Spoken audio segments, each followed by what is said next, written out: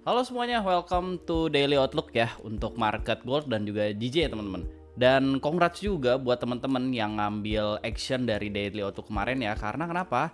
Supply yang gua tandain kemarin itu udah nge-reject bagus ya. Dia nge-reject turun kenceng banget ya teman-teman ya. Dari sini dia turun sampai 1000 pips teman-teman. Nah, terus yang gua bilang kemarin bahwa di M30 kalau misalkan harga itu berhasil break area support, maka harga itu akan turun dan benar ya di sini ya teman-teman ya. Dia turun 680 pips ya, kurang lebih 600 pips lah kayak gitu. Oke. Nah, jadi untuk daily outlook hari ini gue berharap bisa bermanfaat juga untuk ya trading kalian di hari ini ya teman-teman ya. Bisa kalian dapat gambarannya akan seperti apa untuk market hari ini. Kayak gitu ya teman-teman ya. Nah, terus juga gue dapat info juga dari Telegram channel Forex Fundamental ya teman-teman ya. Bahwa Hamas itu bilang sudah ada garansi jaminan dari mediator dan juga US bahwa ya dikonfirmasi perang itu sudah berakhir ya secara permanen teman-teman. Dan itu yang bikin gold itu turun kemarin malam. Teman-teman, itu newsnya semalam. Oke. Nah, jadi kalau misalnya kita ngelihat dari pergerakan seperti ini teman-teman, terus kita mengacu juga kita lihat di daily-nya, ini gue lihat ada dua kemungkinan teman-teman. Apakah gold akan sideways atau dia akan reversal nantinya mengkoreksi pergerakan ya yang naik kenceng ini teman-teman. Karena bisa aja dikoreksi ketika market udah lebih stabil, ya gold juga akan lebih stabil dan cenderung dia akan mengkoreksi pergerakan bullish ya teman-teman. Ya kita lihat aja ntar based on structure-nya seperti apa teman-teman ya. Nah, tapi kalian juga harus melek terhadap fundamental ya teman-teman ya. Secara basic juga nggak apa-apa. Oke, ini karena supportnya udah nggak berlaku, udah di break, udah jalan, kita copot dulu, nanti kita gambar lagi yang baru SNR-nya seperti apa. Support yang di sini masih sama ya teman-teman ya, di sini masih sama, ini area demand, ini area support ya. Nah nantinya kalau misalkan ada candle confirmation yang nge-break area, yang reject area sini, ini bisa kita manfaatkan untuk bullish movement nantinya untuk mengkoreksi pergerakan dari penurunan ini, teman-teman ya. Dan juga nanti akan ada red cut lagi ya teman-teman ya. Nah di situ juga concern gua, apakah harga akan sideways menunggu red cut kayak gitu ya. Mungkin yang trader fundamental akan lebih akan lebih bisa memprediksi akan hal ini ya. Karena gua teknikal, gua hanya berdasarkan I trade what I see ya teman-teman. Gua hanya nge-trade apa yang gue lihat secara strukturnya kayak gitu ya. Jadi secara spekulasi gue kurang-kurangin. Kayak gitu. Oke, di sini ya sebenarnya ini mirip head and shoulder ya teman-teman ya. Cuma ini shoulder kirinya itu terlalu pendek. Kalau misalnya shoulder kirinya di area sini, gue ya lumayan menarik sih untuk nge-sell di sini jujur. Tapi untuk saat ini gue ngelihat harga masih sideways ya, lagi mencari jati diri teman-teman. Jadi untuk di sini itu kita bisa bilang ini adalah dead zone teman-teman. Oh sorry, ini adalah dead zone. Ya. Nah, untuk di area sini nanti bisa kita coba naikin ke H1. Di sini ada area rejection ya, teman-teman ya. Ini area rejection. Kalau misalkan nanti ada candle confirmation, kayak contohnya bearish pin bar atau mungkin bearish engulfing yang reject area sini, itu bisa kita manfaatin teman-teman. Atau bahkan ada volume exhaustion ya, pelemahan dari volume bullish nantinya yang setelah menghampiri area rejection itu bisa kita manfaatin untuk ambil sell.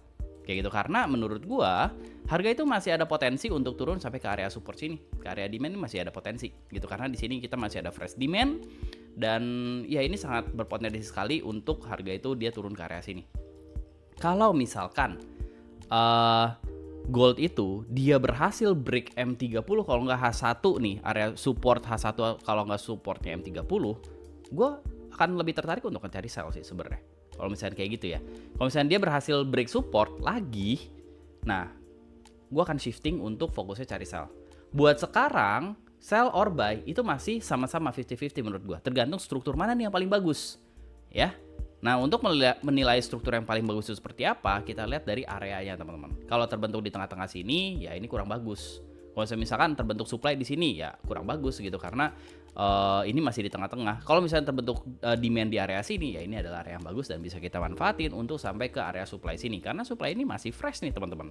Terus juga kita rejection area-nya juga ini masih fresh, belum dihampiri dulu nih ya. Jadi masih ada kemungkinan harga itu untuk naik ke sini ataupun dia turun ke bawah. Tergantung dari strukturnya nanti akan seperti apa. Kayak gitu ya. Ini agak rumit nih. Kenapa? Karena harga itu ada potensi buat sideways. That's why cukup rumit untuk di market gold. Kayak gitu ya teman-teman ya. Tolong di take note. Kita pindah ke GJ teman-teman. Ntar gue refresh dulu. Oke. GJ kita lihat break support, dia langsung lanjut turun ya, sesuai dengan outlook kemarin juga. Area demand-nya dia nggak sanggup buat tahan ya, karena ini juga udah retasan kedua ya teman-teman. Ini kan retasan pertama, ini retasan kedua ya. Jadi kita hilangin aja. Untuk area supply-nya masih kuat buat mendorong harga itu turun ke bawah ya teman-teman ya. Ketika kita lihat harga naik ke area sini, mendekati sini, dia turun lagi kayak gitu. Nah, kalau misalnya udah seperti ini, kita lihat di area demand sini nih, demand besar banget ya teman-teman ya. Kalau demand besar gini bisa dikecilin nantinya, bisa mungkin kalian pakainya itu demand yang di sebelah sini kalau mau entry, atau mungkin yang demand di sini teman-teman. Ya, nah yang kayak gitu. Ya, tinggal kalian sesuaikan aja dengan risk kalian dan equity kalian teman-teman. Kita cek H4 kalau misalkan dia bisa break sini ya teman-teman ya. Ini adalah supportnya H4. Kalau misalkan H4 dia bisa break sini, ini lanjut turun menurut gua. Ini akan jadi the next supply nantinya. Kayak gini ya, ini adalah potensi supply. Ya. Jadi kalau misalkan H4-nya dia break sini, dia jadi supply. Ketika harga nantinya dia masuk ke dalam area sini, ini bisa kita ambil sell. Kita coba cek di H1-nya. Di H1-nya juga ini kan gede nih ya teman-teman ya, 35 pips ya, sebenarnya nggak terlalu gede sih, masih oke-oke aja. Tapi untuk kalian yang pengen efisiensi stop loss, itu bisa dikecilin di area sini. Berarti ini entry pertama, entry kedua bisa di sini, kalau nggak di sini ya. Kalau nggak di sini ya di area sini ya, antara 203.53 kalau nggak di poin 64 kayak gitu ya teman-teman ya.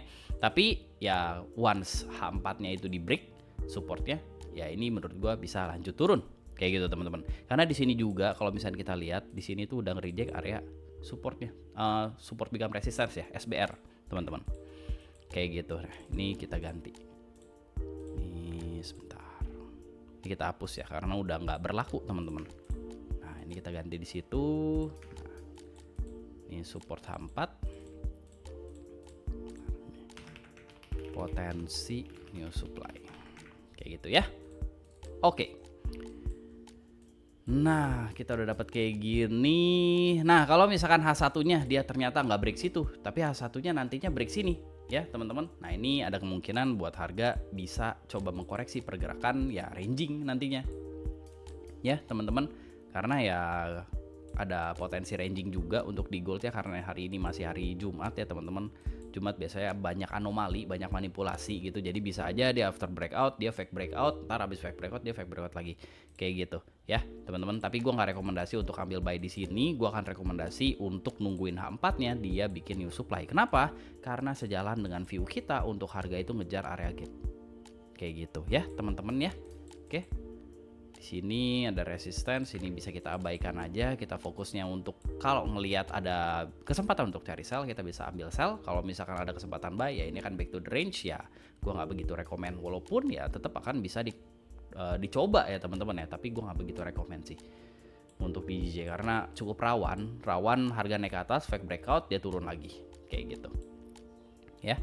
Di sini ada area supply masih fresh teman-teman. Ini bisa di entry nantinya kalau misalkan ada konfirmasi ya. Kalau yang H4 dia break ini tanpa konfirmasi bisa masuk langsung entry gitu. Tapi kalau yang di atas ini itu harus nunggu konfirmasi. Kayak gitu teman-teman. Kenapa? Karena ada supply lagi di atas dan kemungkinan harga kalau misalkan dia retest terlalu dalam, ini bisa aja sampai ke supply ini baru dia turun. Tektokan nantinya bikin jadi area sideways. Kayak gitu ya teman-teman ya. Paling nanti perhatiin aja di area demand ini. Kayaknya demand ini gue lebih prefer untuk di area sini ya. Kenapa? Karena ini bertepatan dengan area SBR. Ya, ini kita koreksi dulu sedikit. Oke, that's it teman-teman. Kita cek untuk newsnya di hari ini ya. Nih lihat, US government masih shutdown ya. Jadi banyak event yang tentatif, kayak contohnya hari ini tuh minggu lalu ya, Jumat lalu itu harusnya NFP. Terus karena US government lagi shutdown, jadi dipindahin ke Jumat ini. Tapi ternyata masih shutdown dan dipindahin lagi ke tanggal 17 nanti. Kayak gitu teman-teman. Jadi ya banyak news US yang tertahan teman-teman ya. Kayak gitu. Dan ya untuk sekarang view-nya seperti itu. Kalau misalnya ada pertanyaan silahkan tulis di kolom komentar. Gue akan jawab secepatnya. and good luck, semoga bermanfaat.